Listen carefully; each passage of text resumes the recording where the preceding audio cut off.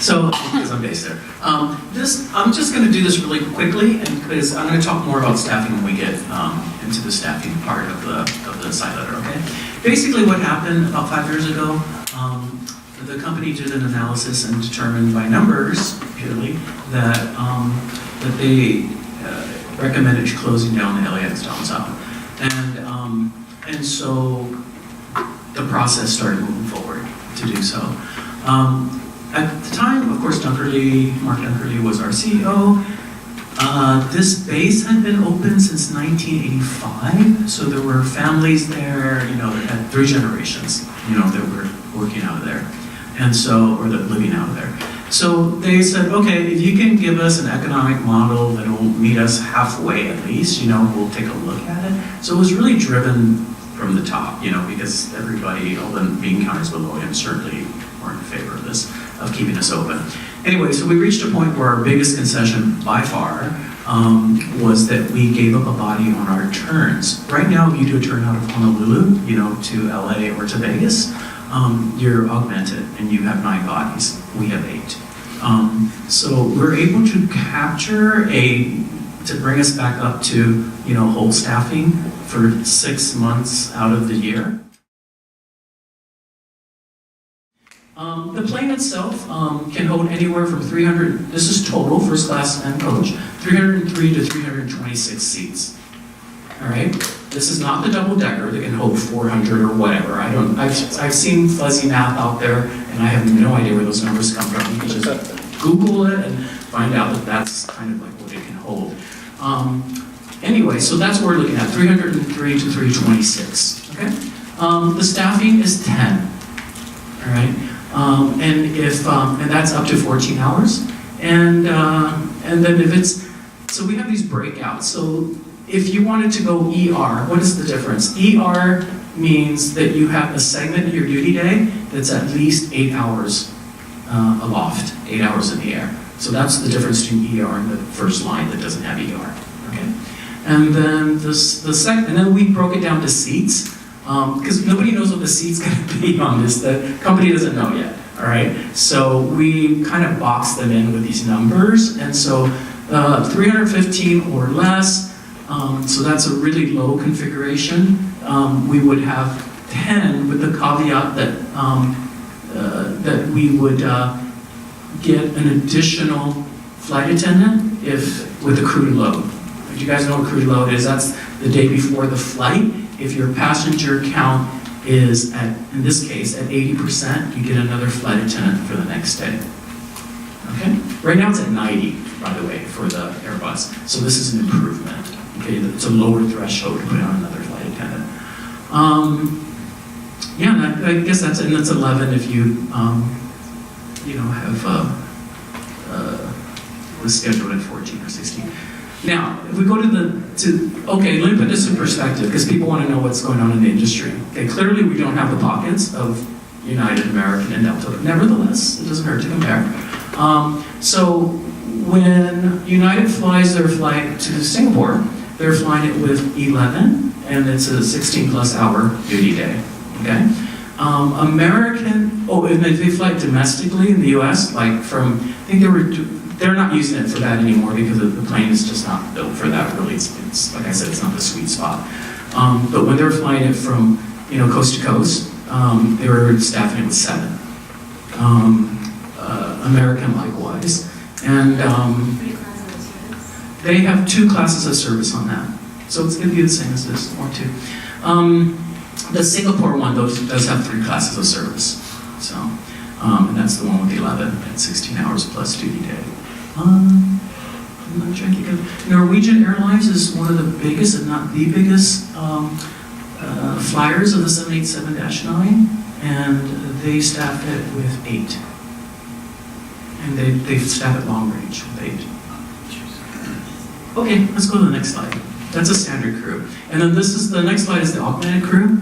And this is when you extend your duty day. So if your duty day goes up to 16 hours, they have to put 11. Unless you're on an ER segment, which is probably all of ours, is going to probably be those last 2 lines, you know, because that's what we fly these. And it'll be 12. and then 13 for up to 17 hours. Remember I told you that some of these carriers occasionally put their, this long-range aircraft into a domestic use. It's rare, but they've done it. So Paul, if I can have the next slide, and that's the carve-out for the West Coast. So the company really felt that they needed to have the number 9, since they wanted to cross the board. They wanted 8, actually. So, but because everybody was doing their domestic with 7, we were just staying with 10. We just said, okay, just 10, all right? This was one of those negotiations that went into midnight kind of thing every night. And it got pretty heated. So again, because we don't know what the passenger count's going to be, we know it's between 303 and 326, but there's a difference there, right? You have 23 seats. So what we did was they chose the 320, and so we started to work off of that 320 number. And so we said, it has 320 seats or more, it's the same. The staffing will still be 10, okay? If they decide they want to go with the lower configuration, you know our company, so chances of that, who knows, okay? And maybe they put more premium seats, that might make a difference. But if they do go to a lower one, then it's 9, all right? However, for 6 months out of the year, we will capture back that 10th, okay? And this is where I'll do the explanation. They see that for 6 months out of the year, we have a lot less flying, okay? And they pull down the flying heavily for 6 months. So during those 6 months, they introduce additional leaves, they introduce release from flights, and God forbid, they can also do furloughs. But they can, okay, to decrease the staffing for those 6 months.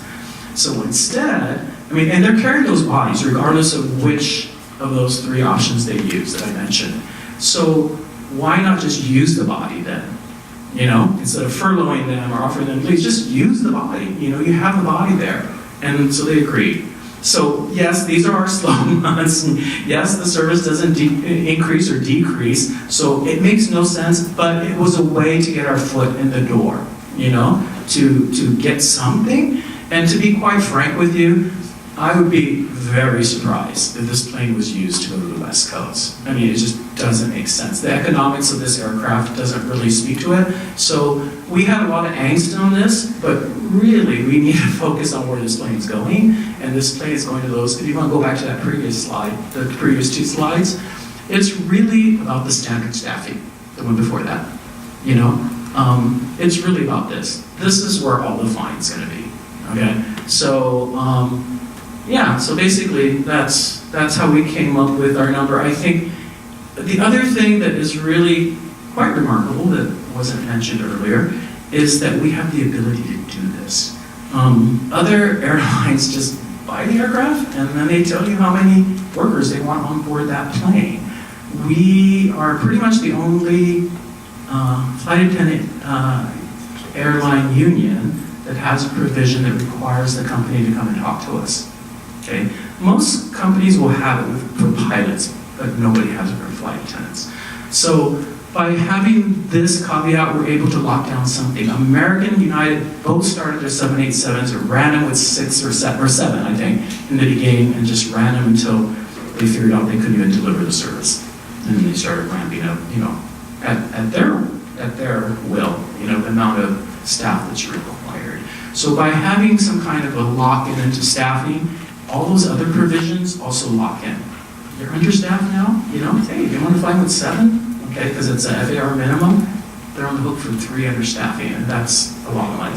So they're not going to do that, but all those other provisions that are tangential, actually kick in. So it's really important to be able to lock in something at a number that's really at the top of the industry for this type of plane. So how did we reach these numbers? Okay, that's another thing. So they had no idea what the counts are going to look like on the seats. They still don't, all right? And I think the biggest debate now, if I had to guess, has to do with the Comfort Plus, or Extra Comfort, whatever we call it. And so they gave us an indication that they're going to probably lock down first class at 24. Okay, so that's additional. So based on that info, we said, it's so cute.